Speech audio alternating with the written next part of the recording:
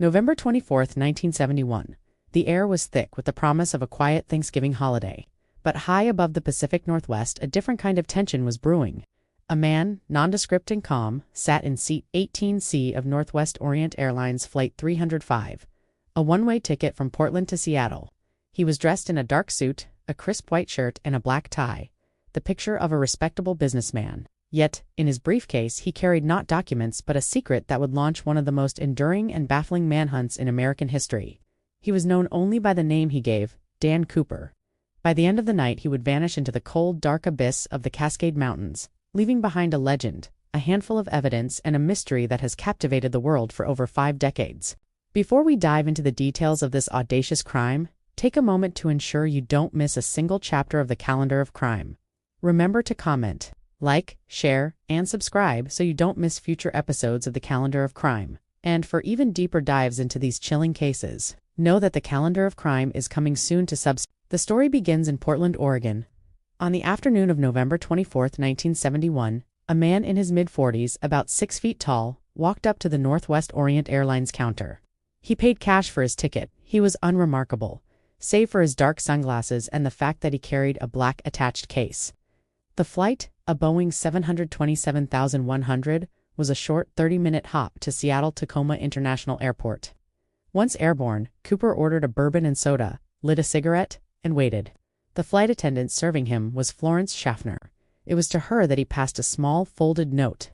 Schaffner, assuming it was a lonely businessman's phone number, tucked it into her pocket without looking. Cooper leaned in and said, with a quiet intensity that cut through the engine noise, "Miss, you'd better look at that note. I have a bomb."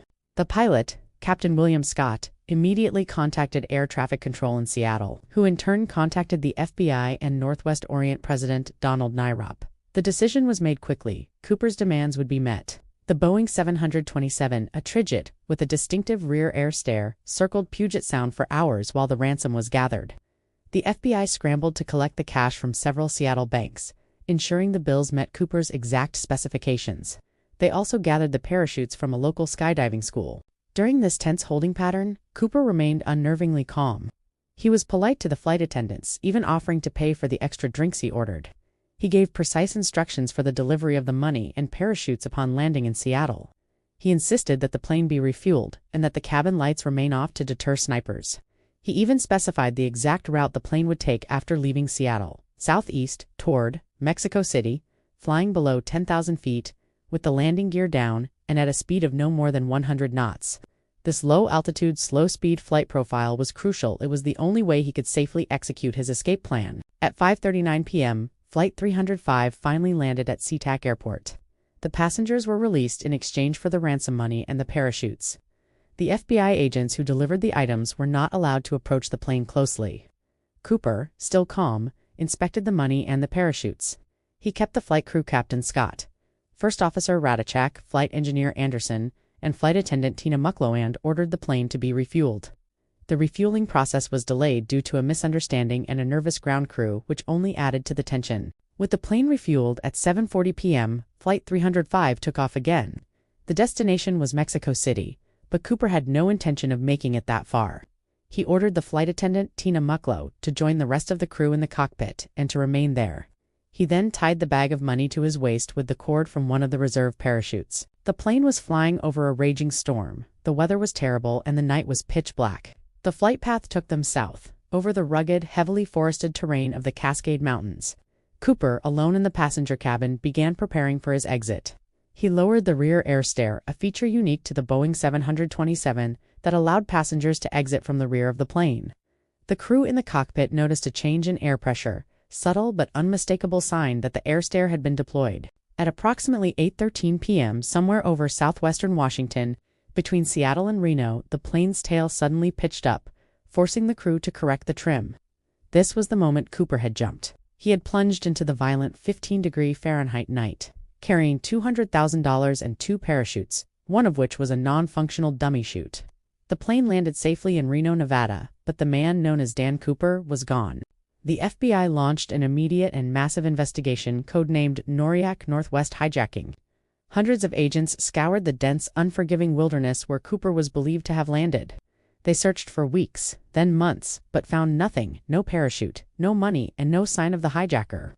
The only physical evidence left on the plane was his black JCPenney tie, a tie clip, and 2 of the 4 parachutes. The investigation became one of the most extensive and expensive in FBI history. Over the years, hundreds of suspects were considered, but none could be definitively linked to the crime. The physical description provided by the flight attendants, a man in his mid-40s, wearing a suit, he was calm, and a heavy smoker, was the only solid lead. Theories about Cooper's fate abound. The most common is that he did not survive the jump. The conditions were brutal: a 10,000-foot jump into a freezing, dark, wooded area with a non-steerable parachute and unsuitable clothing. The odds of survival were slim, even for an experienced skydiver, which Cooper did not appear to be. However, the discovery of a small portion of the ransom money in 1980 complicated the narrative. 8 years after the jump, a young boy named Brian Ingram, vacationing with his family, found $5,800 in rotting $20 bills on the banks of the Columbia River, near Vancouver, Washington. The serial numbers matched the ransom money. This discovery suggested that Cooper had either landed near the river or that the money had been washed there over time. It was a tantalizing clue, but it only deepened the mystery of Cooper's ultimate fate. The D.B. Cooper case remains the only unsolved skyjacking in American history. The FBI officially suspended its active investigation in 2016, redirecting resources to other priorities, but the case file remains open. The mystery has spawned countless books, documentaries, and amateur sleuths, all attempting to answer the fundamental question: who was D.B. Cooper? The name D.B. Cooper itself is a product of media error.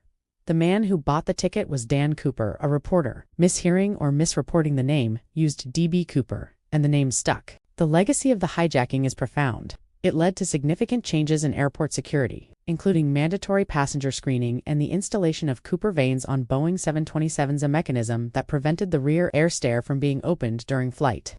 The brazenness of the crime and the sheer audacity of the escape have cemented D.B. Cooper's place in popular culture as a folk hero, a modern-day outlaw who beat the system and vanished without a trace. The question remains: did he survive? Is he living out his days on a beach somewhere? Or did the unforgiving wilderness claim him that cold November night? We may never know. Thanks for watching. Please comment, share, like, and subscribe for future episodes from the Calendar of Crime. Let us know in the comments below. What is your favorite D.B. Cooper theory?